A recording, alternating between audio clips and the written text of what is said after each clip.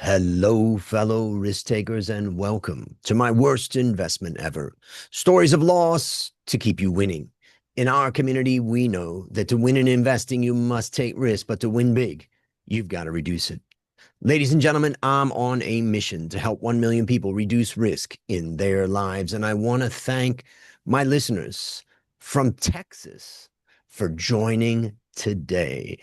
Fellow risk takers, this is your worst podcast host, Andrew Stotz from A Stotz Academy. And I'm here with featured guest, Dr. Gilbert Guzman. Gilbert, are you ready to join the mission? I'm excited, ready to launch this thing.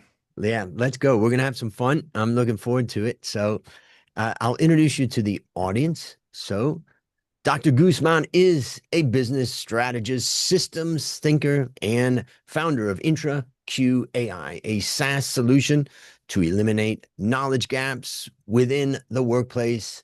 And he's also recently an author of Atomic Impact. With a doctorate in business and experience in leading large teams, he helps organizations boost productivity through practical systems built for real world constraints. His work bridges people, data, and technology for lasting operational success.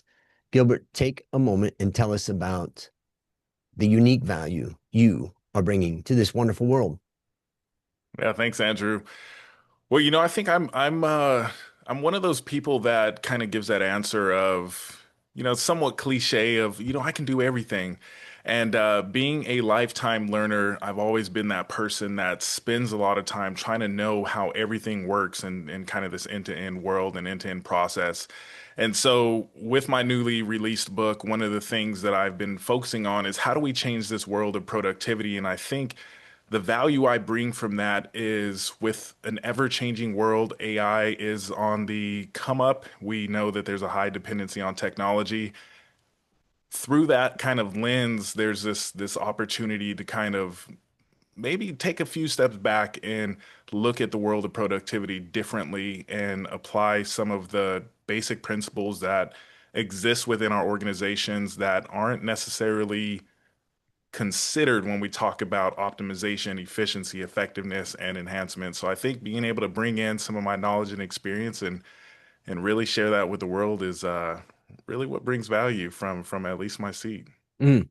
And let's talk about your book. I've gone through it a bit to try to understand your message and what you're bringing out there. But maybe first you can just explain why you decided to write this book. And then maybe after that, we can get into why someone should read this book. Yeah, yeah. So it all started when I was going through my doctorate. I think it was my third course. It was called The Fundamentals of Productivity. And that's where I had come across dimming and learned a lot about the red bead experiment, the willing worker. And through that, I've always been an operational person. I've worked in human resources, and hence the reason, in my intro and kind of bio, I connect operations and human, kind of that human capital realm from the HR perspective. But one of the things that really touched me was I've always been in love with productivity and learning about Deming and the systems that he generated, the frameworks and the theories that are relevant today that aren't necessarily used in kind of a formal perspective that allowed me to kind of think about how do I grow Deming's message and philosophies to the modern world. And so as I was going through my doctorate, Deming actually became the framework, the conceptual framework for my dissertation. And as I was going through that, I said, you know what? I need to put more beyond my dissertation on paper. And at the same time, I fell in love with the movie Oppenheimer. And that movie kind of opened my mind. That movie opened my mind to the world of physics beyond what I learned in high school, beyond what I did in undergrad, and being able to see something as small as an atom turn into, a very deadly weapon. And even today, from a nuclear perspective, we can power whole cities, we can power submarines that don't have to surface for months on end. And through that lens, I said, productivity is my passion. I like science. I like what I learned in Oppenheimer.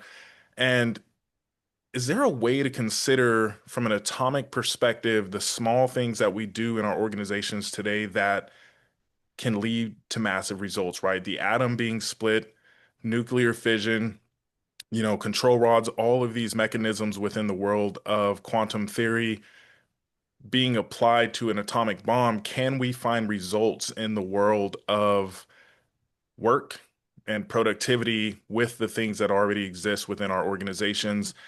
And part of my dissertation was focusing on COVID, like everybody else who went through a doctorate or doctoral program during COVID and dealing with the Great Resignation. Part of that was, the phenomena that I had studied and tied in the world of systems and dimming.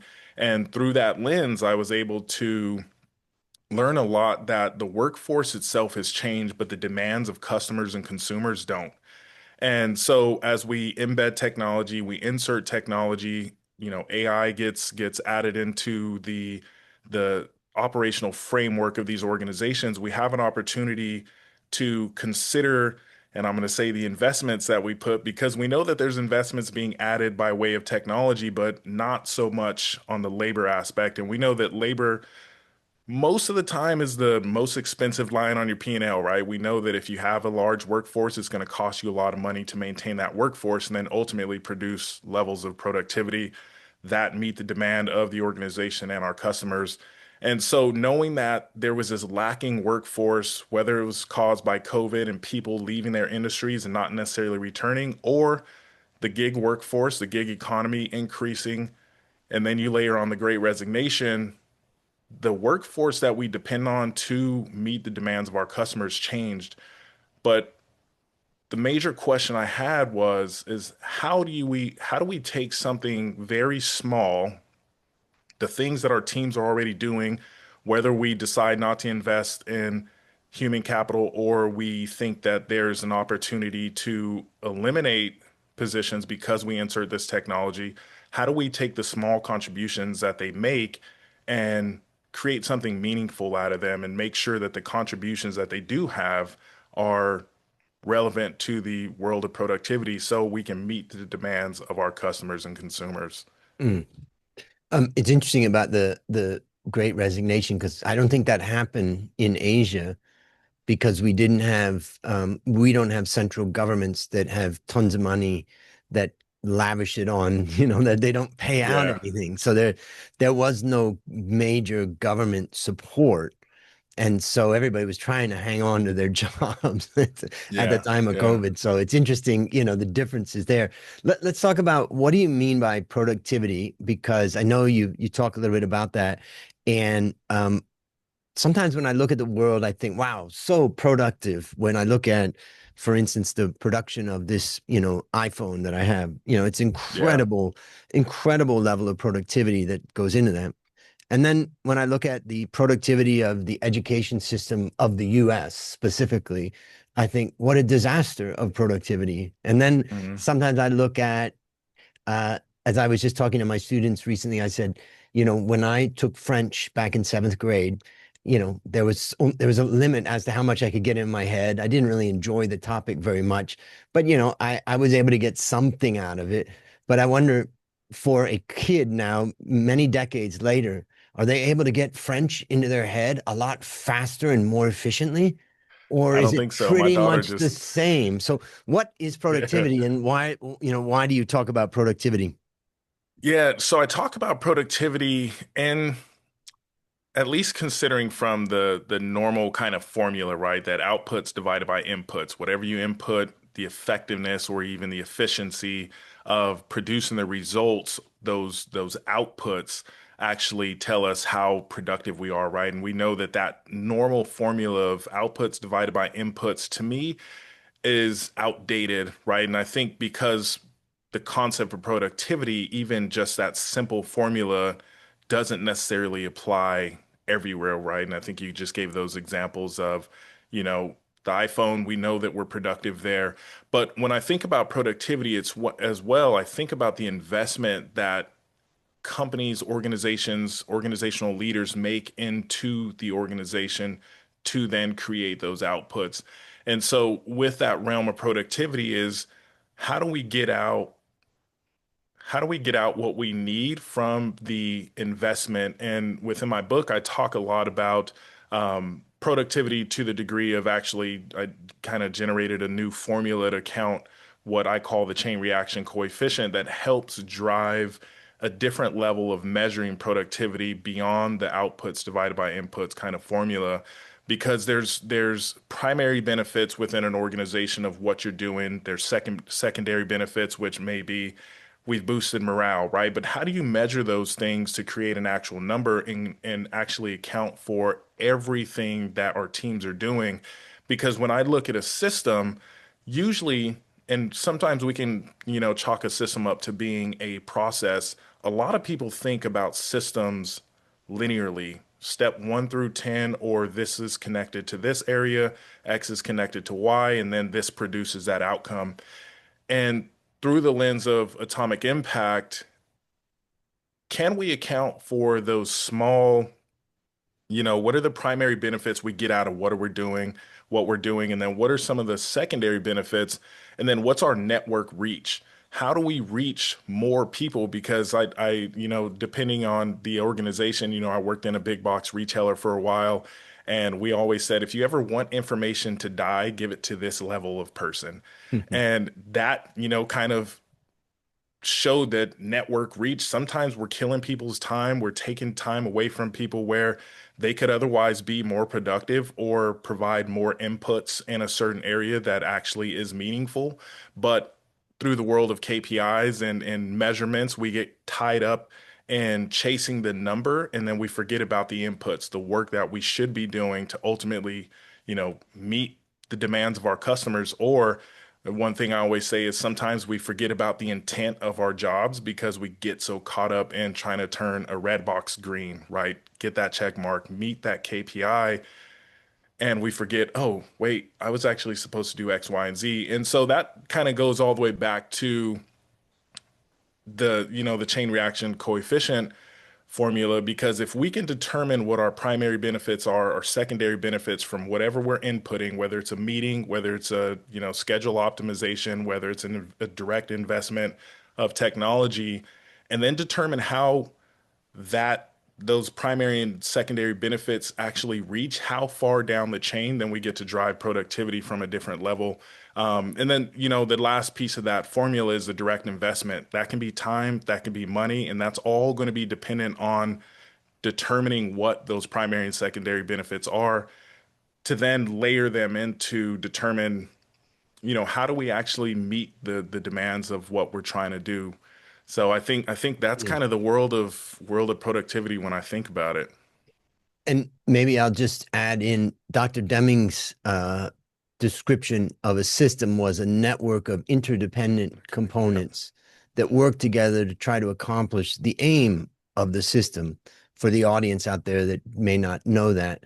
And so Mhm. we have, lots of different systems. And let's say in a business, what's interesting about what you've written is, there's a great book. In fact, it's over my shoulder called Atomic Habits, Yep. and Atomic Habits talks about what small changes can we make in our daily habits that could have Yeah. significant, uh, let's say, exponential impact on outcomes.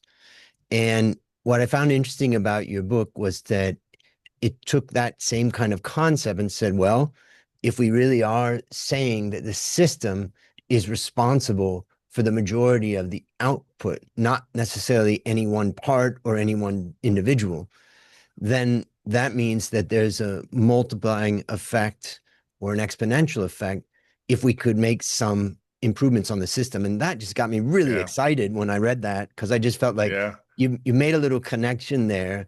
I have some consulting clients that I work with, and I do work with them about the system, but the idea is like, where is the leverage point that we can Yeah. focus on? So I think that Yeah. that is really unique about what you talked about in the book. So maybe you can talk a little bit more about that, and let's think about it for the listener right now, like something that how they could apply this in their life today. Yeah.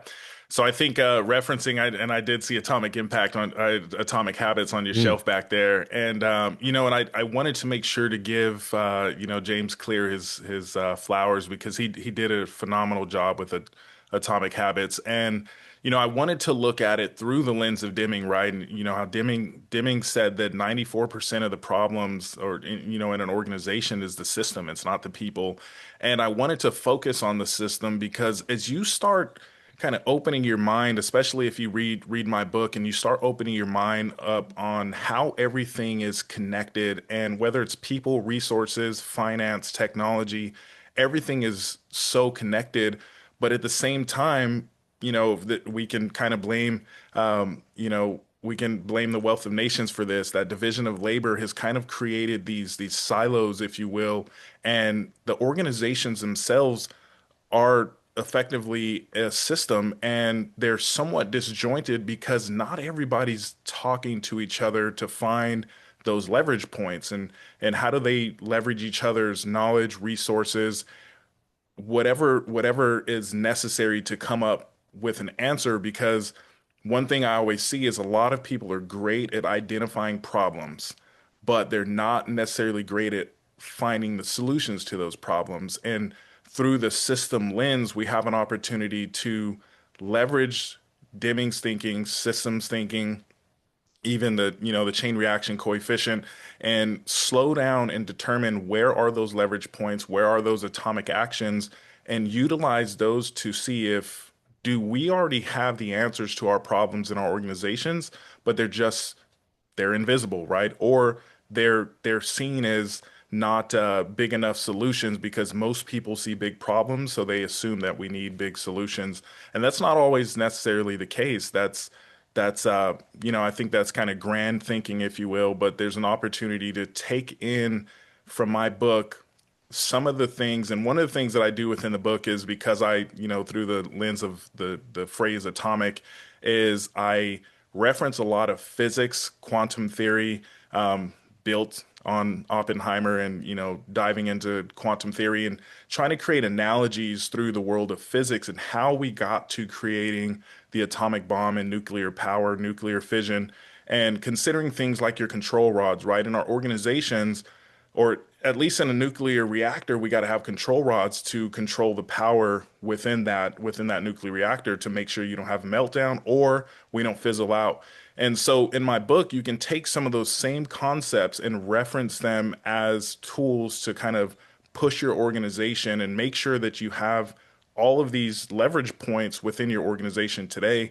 So, for example, the control rod aspect is, do you have control rods? Do you have things in your organization that help you monitor the progress that our teams are doing beyond the KPIs, beyond the performance reviews? And through that lens, I think if you take in the concepts of the atomic productivity theory, the chain reaction coefficient, fission actions, control rods, and think about, again, taking a couple steps back and thinking about what exists in my organization today that I'm not currently leveraging, and then consider it doesn't take a lot of investment, right? It doesn't take a lot of investment Mhm. because most of the time it's already there. It's just being able to find it and identify it. Because with the world of technology, we want to move faster. We want people to produce results at, a higher clip than ever before because demand is fast. The world is moving fast.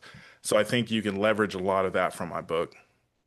Yeah, and you reference Adam Smith. Now we're almost at the 250th anniversary of the Yeah. publishing of The Wealth of Nations. And the quote related to division of labor that I think is interesting from The Wealth of Nations that you reference is he says the greatest improvement in the productive powers of labor and a greater part of the skill, dexterity, and judgment with which it is anywhere directed or applied seem to have been the effects of the division of labor.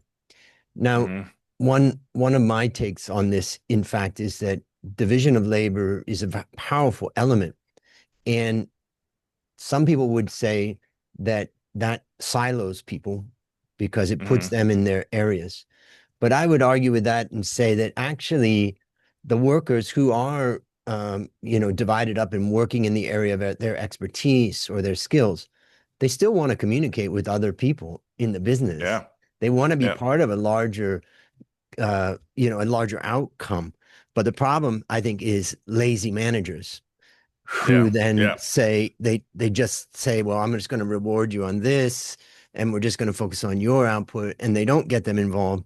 And as Dr. Deming says, if you ask me to wash this table, I can't do it unless you tell me what this table is going to be used for.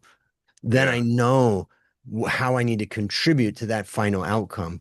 So that's a little historical thing related to the wealth of nations. But what are your thoughts about, this, uh, about maybe it's managers' laziness, managers trying to simplify, but actually destroying? Or do they understand systems thinking? Or what's the state of managers these days, let's say in America? Yeah, I think that's a good question. And I don't know if it's necessarily laziness. And I think going back to Deming, Deming said it's management's job to fix the system. And I think when we talk about that, a lot of managers are more so doing their job, and that may be pushing individuals and actually, how do you manage versus leading? How do you, leading is influencing individuals to achieve the goal and use the systems, tools, and resources, and management is making sure that they're using them and using them correctly.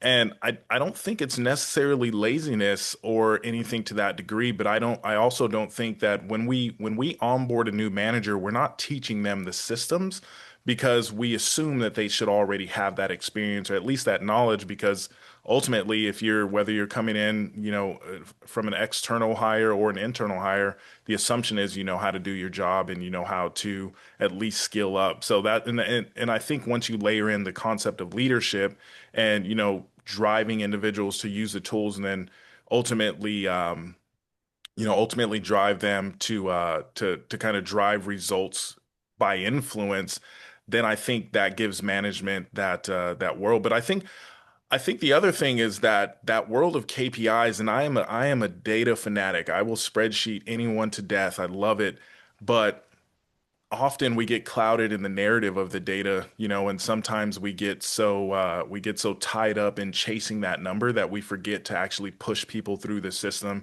and ultimately make the system better.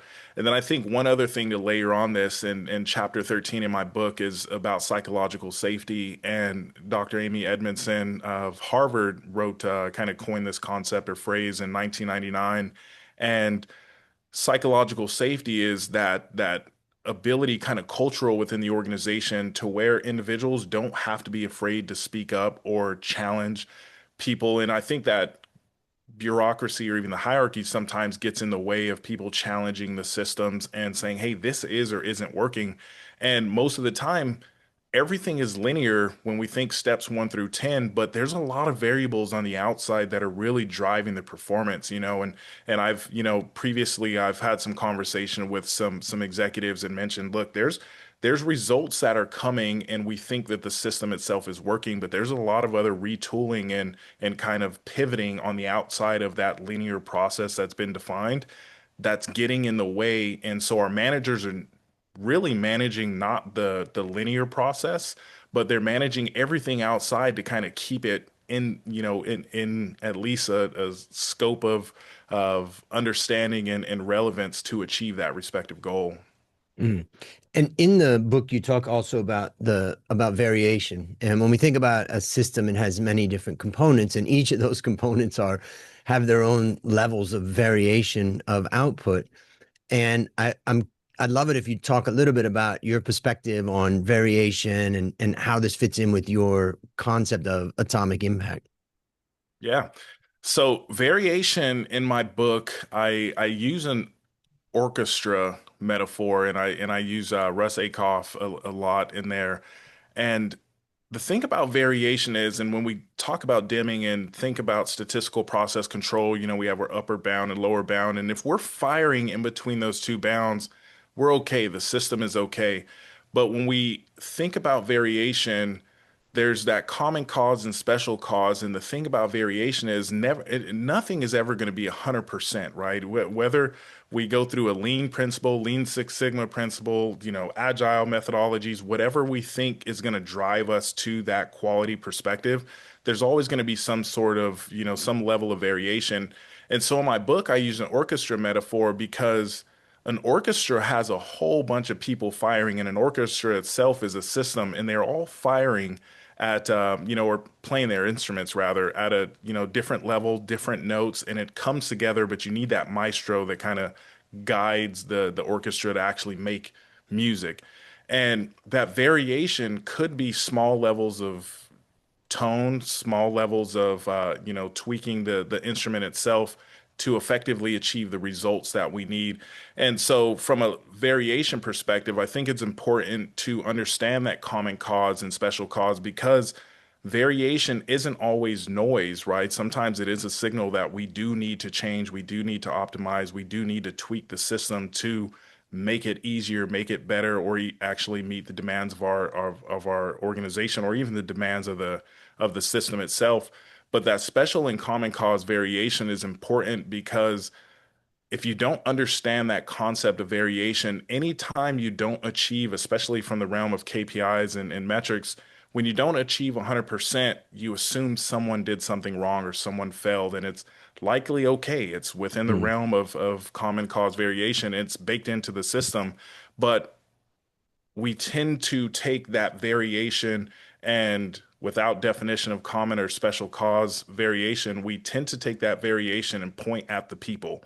We point at so and so didn't do X or so and so didn't, produce the results or the productivity that they were supposed to have to ultimately produce 100 cars. And that variation tells us that sometimes it's going to be there. You're not always going to hit 100%, but find that level that you're comfortable with. And it's just like my good guy Bill Bellows says, there's that acceptability versus desirability. Determine where you're at, and if you can find what's acceptable versus desirable and learn within that realm of variation, I think you'll be okay. mm, mm.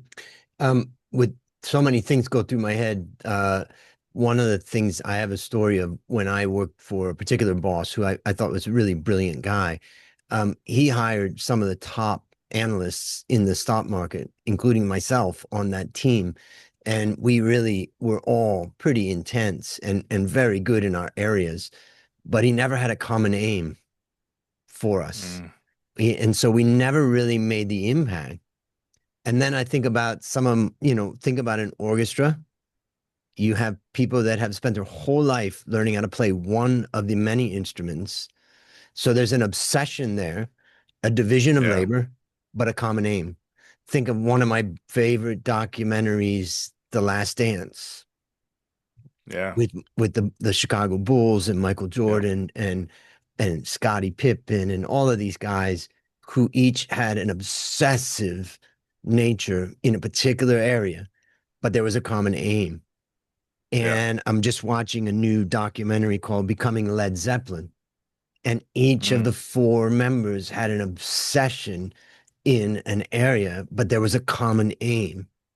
And so when I think about the division of labor, I think about it, somebody recently said, "You sound like a workaholic." I said, "Don't insult me. I am far, my obsession goes far beyond that." Yeah, That yeah, sounds painful, but I spent every single waking moment of my life obsessed on a couple tiny little areas of this little world. So I just thinking yeah, about that as you were talking about the orchestra. And what I loved about Dr. Deming was the idea of how do we get the most out of people? I want to be yeah, on that team. I want to be, what's great about watching Becoming Led Zeppelin or watching an orchestra or watching The Last Dance is you just see the whole thing is a combination of this selfish obsession in one area and yeah. bringing that together with a group of people to accomplish a common aim. What more do you want in this world?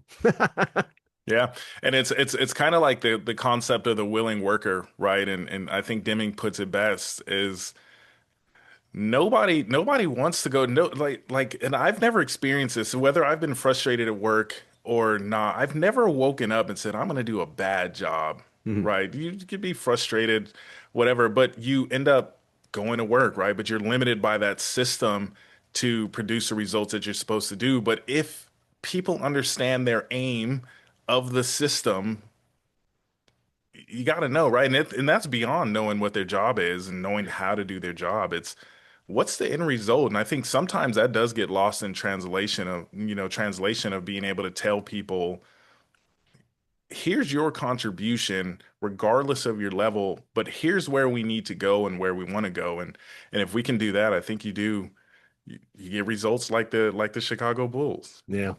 Uh, I do want to get to your story of your worst investment ever. I'm going to be interested to hear that. But Yeah. before we do that, so we've talked about systems, we've talked about variation, and what you've talked about in the book. Um, there's one last topic that I think is interesting for you to talk a little bit about, which is what you call the chain reaction coefficient. And maybe you can explain a little bit to us, what is it? How do we think about it? How do we employ this thought? Yeah. So the chain reaction coefficient formula is, we'll call it a mathematical formula. There's a little bit of subjectivity because it forces you to go and find your benefits. But the formula itself is primary benefits plus secondary benefits multiplied by zero point 0.7 or 70% because we're conservative. We'll say we're a little conservative on the secondary benefits aspect. Because the primary benefits may be a saving of time, or you save more money, right? And you know that that's a primary benefit when you identify your atomic actions. Those secondary benefits are those small things like a morale boost. And how do we account for those? And then we are multiply by network reach and how far does what we're doing reach your team?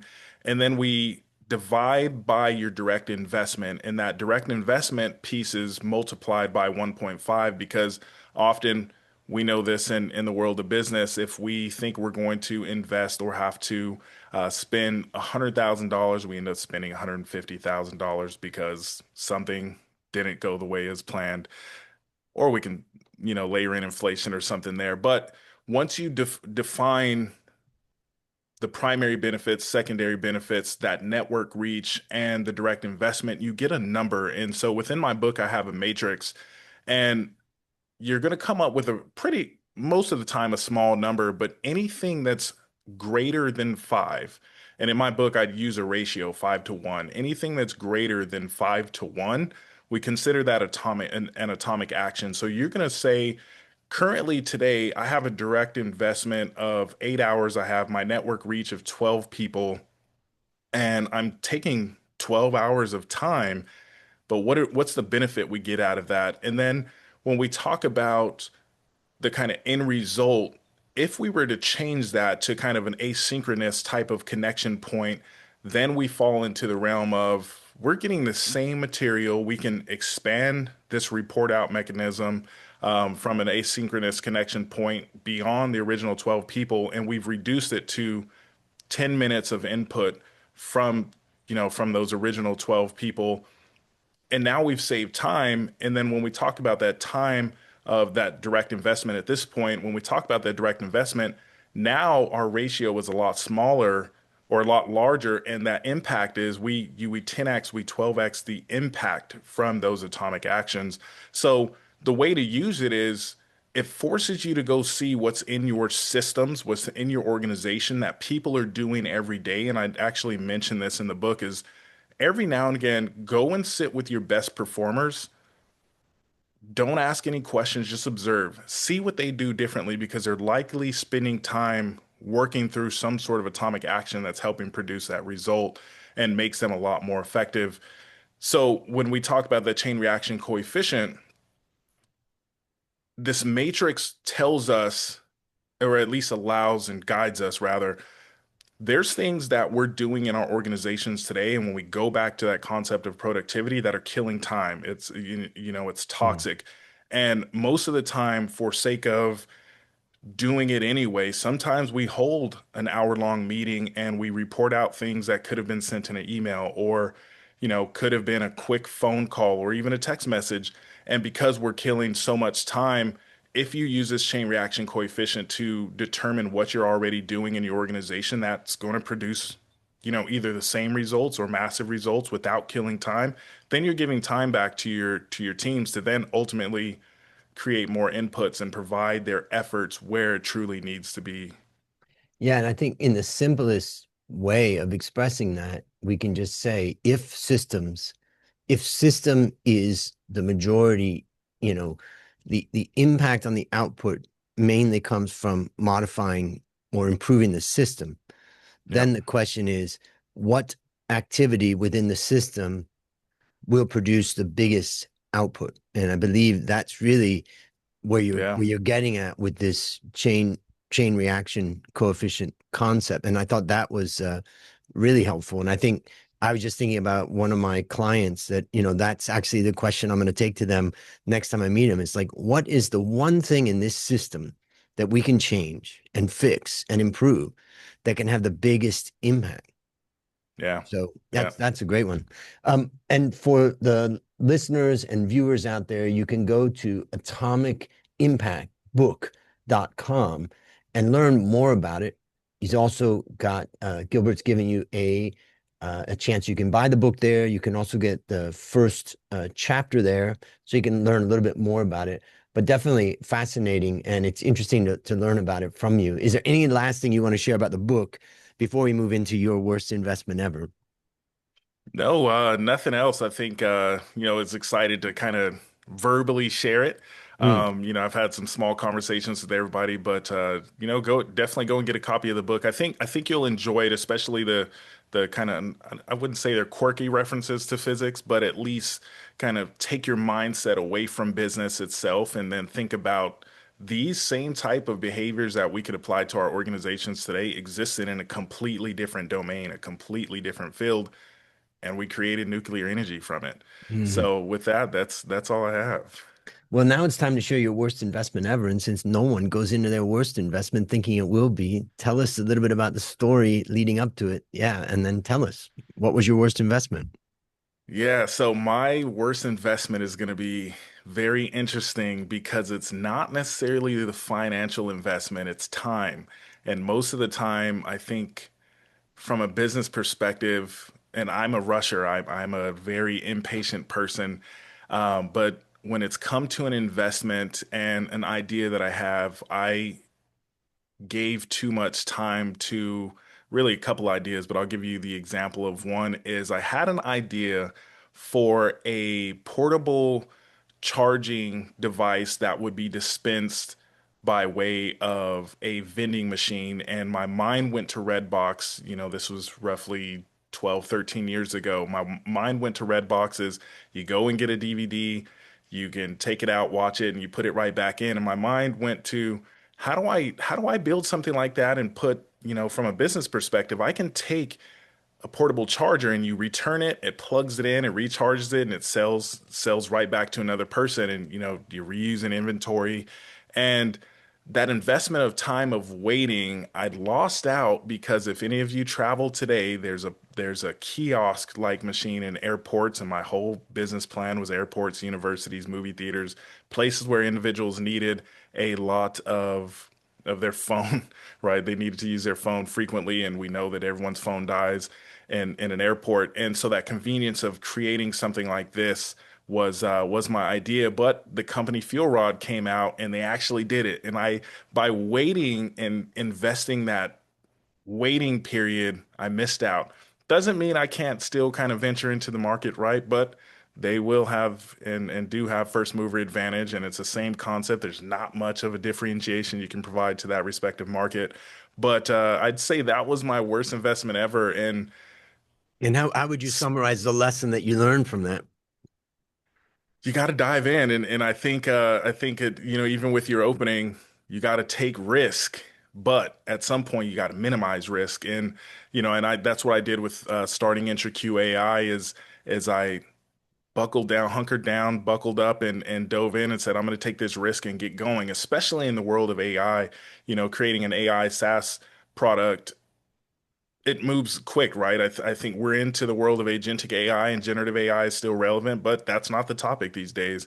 And so what I learned from that was you can't be afraid in trying to growing to being a business executive.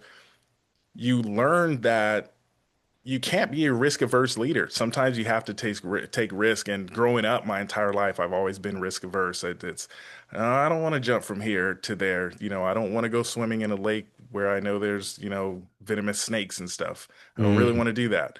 And so that held on to me, and I think that was that kind of investment of waiting and being risk averse really taught me that look, you're holding yourself back, right? You're holding yourself back. So I learned to jump in, do what you need to do, stay up late, work hard, do the research that you need to do, and get things going. And then ultimately, everything will come to fruition.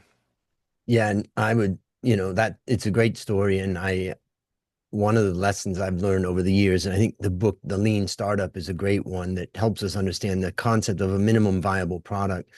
And Yeah.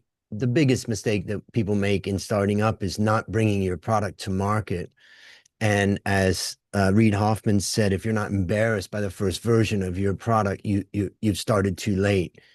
And so I recently developed a new service called the Profit Bootcamp, where I help mid-sized family businesses double profits in 12 months, guaranteed, or 100% of their money back.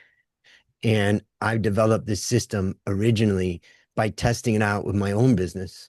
So I tested it out with my coffee business and managed to double the profits. And then I tested it out with another private business that I managed to get as a client. And what I saw was that I needed to improve a lot of things. I was able to achieve the goal, but there was a lot of improvements. So I spent about 6 months improving on that. And Hmm. today should be signing with my third client with that. And now I can see how I can really I've improved every part of it, and now it's ready to scale. And so the Nice. idea of testing your idea with the market is such a critical component of this idea of diving in too, So Yeah. Yeah. I um agree. so based on what you learned from that story and what you continue to learn in your life, let's imagine a young man or woman, who's excited about an idea like you had there. And what would be one action that you'd recommend for them to take to avoid suffering that same fate? I would have to say, don't be afraid to fail. I can tell you with IntraQ AI itself, and I know that's kind of a cliche answer, but I can tell you with IntraQ AI, I started in one kind of realm and path and learned that that path was already crowded. Hmm. And I decided to do further research to find how do I not have to change my MVP and how can I keep the course structure and go beyond what this already crowded market is doing? So don't be afraid to fail and even iterate, And once I think to your point, Andrew, is getting things to market and finding out does this make sense and is it relevant? Because often we do get scared of the big names, the big guys, the Googles of the world, and we think that they would otherwise crush you, but you don't have to be horizontal. You can go vertical. You can find a niche and spend your time there. So if you have to iterate and maybe you don't call those iterations failures, but if you can apply the at least the focus to know that you will have to iterate and likely call it a fail at some point, don't be afraid of it. Don't be afraid of it, but maintain the course and I think you'll be able to see it through. One of the things that when I hear people complain about capitalism and they say, "Oh, there's so many rich people and they're so mega rich," like um, Jeff Bezos as an example, I said, "You're looking at the wrong end of capitalism. You're Yeah, looking at a yeah, very small number that made it to the success. But where capitalism's true power happens is the millions of people who go out of business every single year because they can't bring value to the market. yeah, They're pivoting, they're iterating, they're trying everything, and they can't make it. It could be their product doesn't bring value to the market. It could be they run out of resources. It could be they don't have the skills. It could be they got ripped off. It could be they hired the wrong people. No matter what it is, the market is brutal. And if that's the reason why bringing our products and services to the market as fast as possible to see, how we can pivot to bring that value, that is the crushing brutality of capitalism. Yet, Yeah. what makes it so great for society? Yeah. Definitely a paradox. Sorry, just got up on my soapbox there. Uh, That's okay. That's yep, okay. I love it. I yeah. love it. So let's talk about resources. What's a resource either of yours or any other resource that you'd recommend for our listeners? Yeah, so I would definitely say my book. You can definitely use that as a resource, and even on my website, I have a few resources that come supplemental Mm. on my website. But to go beyond that, I really think Deming's out of the crisis. I think Deming's out of the crisis because if you can figure out how to apply systems thinking to your life, to your work life, even personal or work life. And if you can find a way to apply systems thinking to those areas, it'll change the entire way you view life, society, work, and you'll start becoming a little more solution oriented because I think the relevance of Out of the Crisis being written, over 30 plus years ago makes it very relevant today, but it's missed, right? It's often missed because people are trying to move a lot faster than what we'll call the old times, but it's There's relevant. There it there's is. my there's There's my the man, the version, and myth, you the could legend. look at this one. That's what's crazy is look at his Did he sign beautiful. that for you? Yep, yep, yep. Oh man. 1990. So he was 90 years old at that time, but that Yeah, was an yeah. amazing experience of my lifetime. So I was born, so that was October 2nd. I was shoot 6 months old. six yeah. months old. And I was just Wow. 24 and amazing experience. All right, last question. What is your number one goal for the next 12 months? So I'd say my number one goal for the 12 months is, or at least in the next 12 months, is to really get Atomic Impact to take off. And, in kind of a parallel universe, the same with IntraQ AI.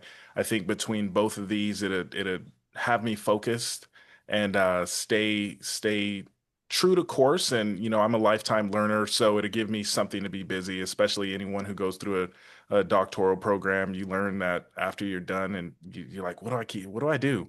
I have time.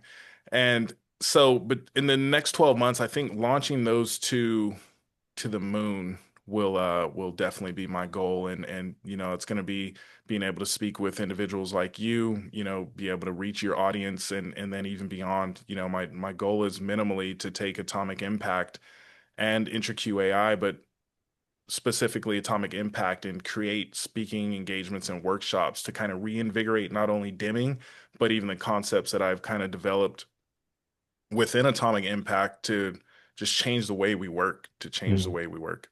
great. Well, ladies and gentlemen, you can say that you heard it first here. As Dr. Guzman becomes more and more famous and successful in what he started, you're going to hear it on other podcasts and you're going to hear it all over.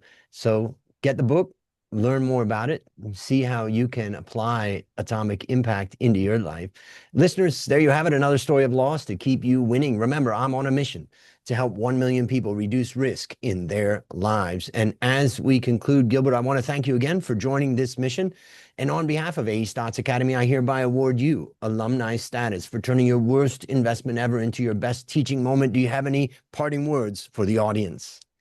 Nothing. Go split some atoms. I appreciate you having me on, Andrew. It's been a pleasure, and look forward to the future.